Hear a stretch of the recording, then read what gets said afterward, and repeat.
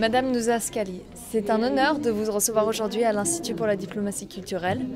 Et nous avons plusieurs questions préparées pour vous. Ma première question serait, votre honneur, cette question concerne la situation de la femme marocaine. Dans quelle position est la femme marocaine aujourd'hui? Et quel est votre point de vue sur cette position? Eh bien, écoutez, la situation des femmes au Maroc a énormément évolué. Et pour pouvoir l'évaluer aujourd'hui, il faut jeter un regard en arrière. Il y a juste un peu plus de 10 ans, les femmes étaient pratiquement à 0% de représentation, que ce soit dans le gouvernement ou dans le Parlement. Il y a encore moins d'une dizaine d'années, la loi qui régissait les rapports dans la famille était le code du statut personnel, qui était particulièrement injuste et qui ne laissait pas la possibilité aux femmes de jouir réellement de leurs droits, de leur liberté, du respect et de leur dignité. Les femmes n'avaient pas le droit aussi de transmettre leur nationalité à leurs enfants nés de pères étrangers. Bien, aujourd'hui, à la lumière de toute cette situation qui a duré pendant plusieurs décennies, voire plusieurs siècles, je crois que nous apprécions très très fortement les avancées qui ont été réalisées, et particulièrement le Code de la famille, le changement du Code de la famille, qui a proclamé l'égalité et la co-responsabilité entre les hommes et les femmes. Également le Code de la nationalité, qui a permis à la femme de transmettre sa nationalité à ses enfants nés de pères étrangers. Et d'autres réformes, notamment en matière de protection des femmes contre la violence. Il y a toutes des politiques publiques très avancées qui protègent les femmes contre la violence. Et en matière d'accès des femmes aux postes de responsabilité et de décision, puisqu'aujourd'hui il n'y a plus un seul poste au Maroc qui est complètement fermé aux femmes. Au contraire, on a 17% de femmes au Parlement. Jusqu'au dernier gouvernement, on avait 7 femmes dans le gouvernement. Bon, aujourd'hui, malheureusement, nous en avons une seule, parce qu'il y a eu un recul dans ce domaine. Mais également, disons, au niveau des communes, la participation politique des femmes a été très fortement avantagée par la mise en place d'un mécanisme dit de discrimination positive.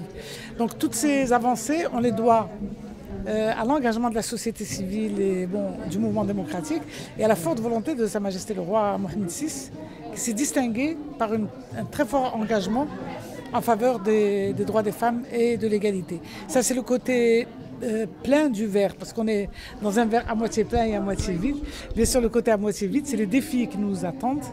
Et j'ajouterai dans les aspects positifs les réalisations, la réforme constitutionnelle qui aujourd'hui a proclamé de façon extrêmement claire et nette l'égalité en liberté et en droit pour les hommes et pour les femmes en matière civile, politique, économique, sociale, culturelle, environnementale, et également la parité comme valeur aujourd'hui constitutionnelle.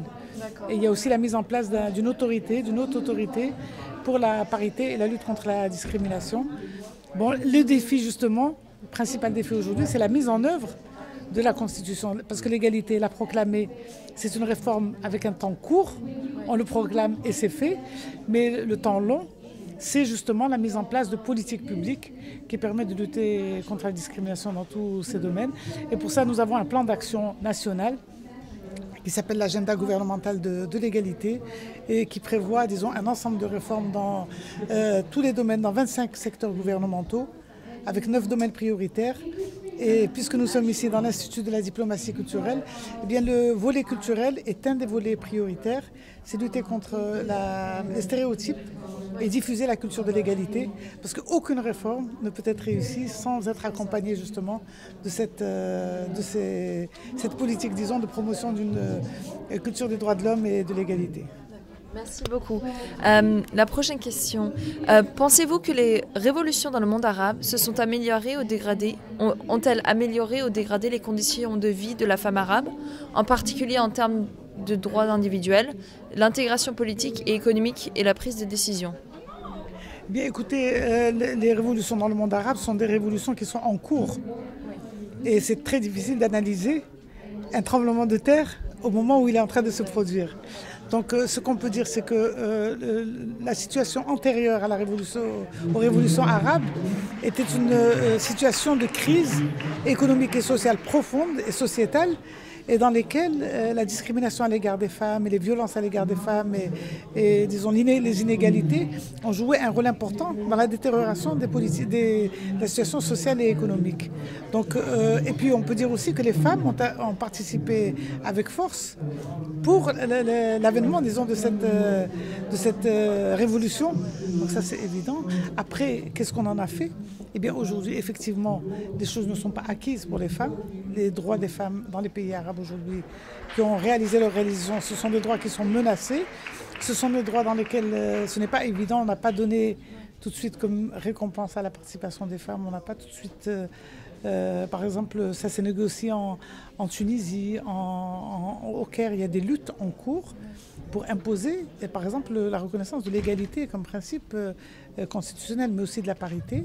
Et donc c'est un combat qui est en cours et je suis optimiste malgré tout parce que les femmes sont engagées quand elles veulent quelque chose, elles sont engagées, elles bataillent, elles luttent et elles ne sont pas seules parce qu'il y a tout un courant démocratique et moderniste qui également sait que les progrès de la société, la démocratie, ça passe par l'égalité homme-femme. Bon, le cas du Maroc, je peux dire qu'effectivement, après, disons, la révolution, ce qu'on a appelé les révolutions arabes au Maroc, c'était l'accélération d'un processus qui était déjà en cours, un processus de réforme.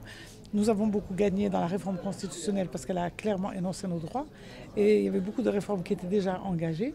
Mais aujourd'hui, nous sommes vigilantes pour s'assurer qu'effectivement, le gouvernement actuel va bien continuer dans le chemin des réformes, sachant que nos atouts, c'est la Constitution et c'est la volonté de Sa Majesté le Roi et c'est aussi de plus en plus l'implication de la société à l'égard des questions de femmes.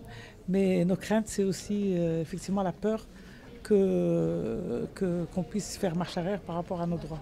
J'ai deux questions. Ma première question, pensez-vous que la montée de l'islam politique au pouvoir représente une bénédiction ou une malédiction vis-à-vis des droits de la femme? Écoutez, moi c'est le concept d'islam politique qui me gêne. Parce que l'islam est une religion d'ouverture, c'est une religion de tolérance, c'est une religion qui a beaucoup apporté dans le progrès des sociétés. Mais simplement, aujourd'hui, le fait d'utiliser la religion dans le champ politique, c'est pour moi une aberration. Parce que ce qui est du domaine du sacré doit rester dans le domaine du sacré. Et à partir du moment où on mélange la religion à une vie terrestre, si on veut, dans laquelle il y a des intérêts, dans laquelle il y a des luttes, il y a des groupes d'intérêts, il y a des partis politiques, etc. Je trouve que c'est déjà un dysfonctionnement.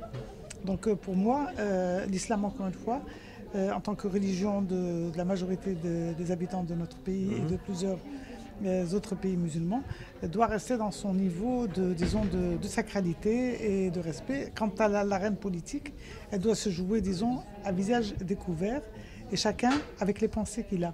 Parce que comment voulez-vous qu'on puisse pratiquer la démocratie quand il y en a un des partenaires, disons, du dialogue se couvre de la religion, parce qu'il vous dit, moi je parle au nom de la religion. Oui.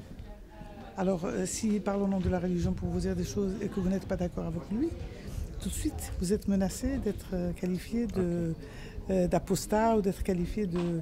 Et donc, pour moi, la démocratie doit se passer entre des personnes qui sont égales dans les armes qu'elles utilisent et non pas que certains prennent la supériorité d'utiliser la religion. Et peut-être c'est un petit peu ça qui explique que dans nos pays, les partis qui ont utilisé l'arme de la religion et qui se sont présentés comme des représentants de la religion ont eu un certain succès et qui est dû certainement à l'attachement de nos populations à leur religion. Donc ça, ce sont des choses, à mon avis, dans lesquelles il y a beaucoup à dire. Et quant à l'utilisation de la religion contre les droits des femmes, malheureusement, beaucoup font une lecture de l'islam. Ce n'est pas l'islam en soi qui est en jeu, parce que moi je sais que le prophète Sayyidina Mohammed sallallahu alayhi wa sallam était un des plus grands défenseurs des droits des femmes en son temps. Donc aujourd'hui, pour moi, prendre une attitude similaire à celle du prophète, qui est un exemple, disons, pour les musulmans, c'est continuer dans le même chemin de défendre les droits des femmes. Et il m'arrive souvent d'utiliser une phrase, de dire quand on vous montre le ciel avec le doigt. Il faut regarder le ciel et non pas regarder le doigt. Il ne faut pas s'arrêter à la situation telle qu'elle était, des femmes telles qu'elles étaient au moment où est descendu l'islam. Il faut prendre la situation des femmes dans la direction vers l'égalité et ça c'est conforme à l'esprit de l'islam. Merci. Ma dernière question, à votre avis, comment peut-il possible pour la diplomatie culturelle de contribuer à rendre plus de justice économique et politique aux femmes arabes dans le monde, le Moyen-Orient en général et l'Afrique du Nord en spécifique? Ben écoutez, moi je suis reconnaissante à l'Institut de la diplomatie culturelle pour la réhabilitation des paroles de femmes. Parce que je constate que beaucoup de femmes sont invitées, beaucoup de femmes, on leur donne la parole et je constate une certaine discrimination positive si on veut.